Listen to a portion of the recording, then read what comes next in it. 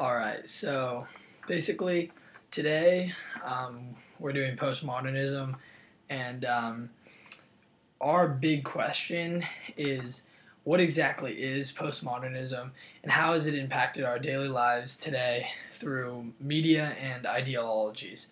So I'm going to talk about the differences of modernism and postmodernism briefly, and Nick's going to elaborate on that.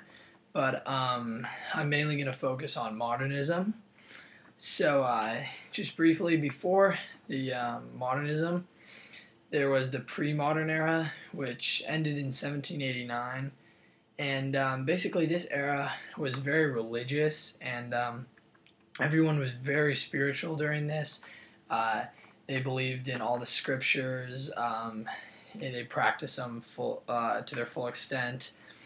And then in 1789, uh, it is speculated that this was the exact end to the pre-modern era and the birth of modernism.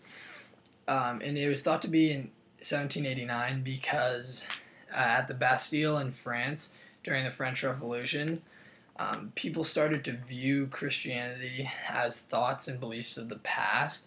As at the Bastille, this is when the French Revolution was happening, as you guys are probably all learning in history right now or previously learned.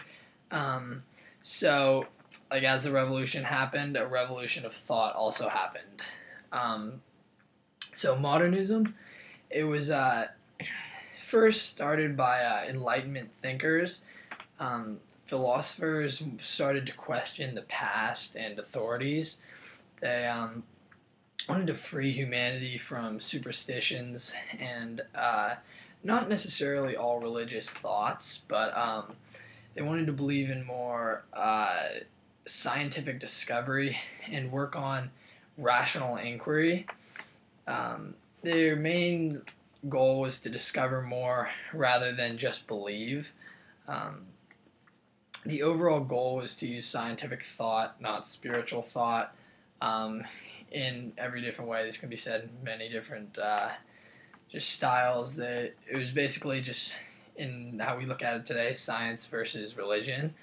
And science viewed Christians as being naively committed to ancient myths, unable to see past their bias and take an objective and neutral look to the world. So modern beliefs prefers the idea that mankind, armed with rationalism and science, is able to access the absolute truth and make unlimited progress toward a better life for itself. So again, they wanted to work off of reason, and they didn't want any speculation. They wanted exact facts. And then, so the death of the modern era was speculated to be in the late 1900s.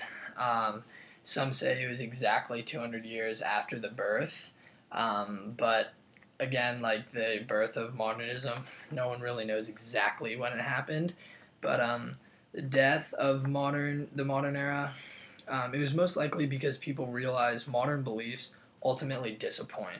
So that basically means that they're disenchanted with science and how it can't return society into a utopia. That's more of a spiritual belief within religions, and people just realized that mankind couldn't do that, and the belief in human ability was the reason modernism was propelled for a couple of hundred years, and some people just totally lost the belief in it. So if you guys for the next minute could think about how some modern speakers or believers are still common in today's society, and if a lot more modern thought is present versus the majority of postmodern thought. So for the next minute, if you guys could just think about that.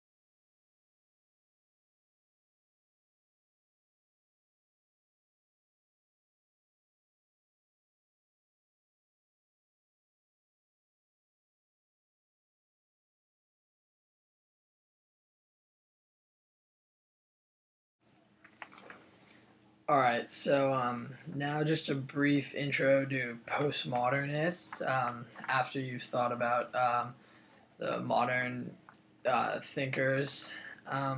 So just quickly, postmodernists also, alike with modern thinkers, they questioned history, but more in a not so conservative sense.